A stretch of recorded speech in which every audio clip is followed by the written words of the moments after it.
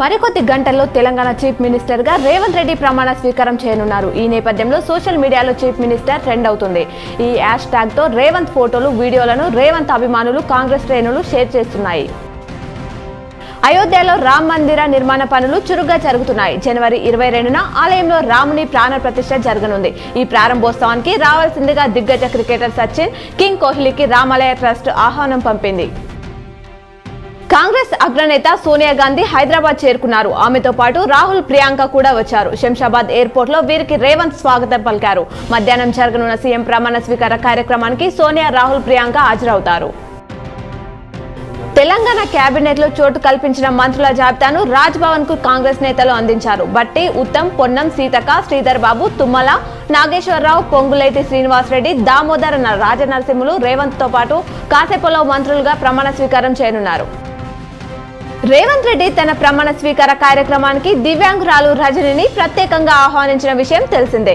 ఇంతకీ ఈ రజని ఎవరంటే, నాంపల్లి నియోజకవర్గానికి చెందిన రజని దివ్యాంగురాలైన కష్టపడి పీజీ చదివారు. అయినా ఉద్యోగం రాలేదు.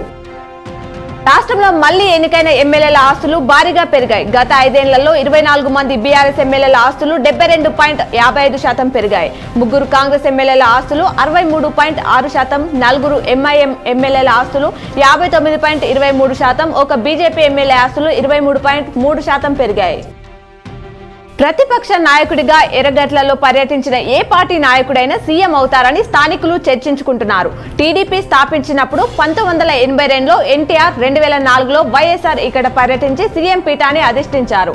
హాత్ సే హాత్ జోడో యాత్రలో భాగంగా టీపీసీసీ చీఫ్ గా మార్చి 13న రేవంత్ రెడ్డి ఎర్రగడ్డలలో పర్యటించి సీఎంగా ప్రమాణ స్వీకారం చేయనున్నారు. తెలంగాణ సీఎంగా రేవంత్ రెడ్డి ప్రమాణ స్వీకారానికి హైదరాబాద్ ఎల్బీ స్టేడియంలో భారీ ఏర్పాట్లు జరుగుతున్నాయి. స్టేడియంలో 3 స్టేజ్ల నిర్మాణం చేయగా ప్రధాన స్టేజ్కి ఇరువైపులా 2 వేదికలు ఉండనున్నాయి. 500 మంది కళాకారులతో సాంస్కృతిక కార్యక్రమాలు నిర్వహించనున్నారు.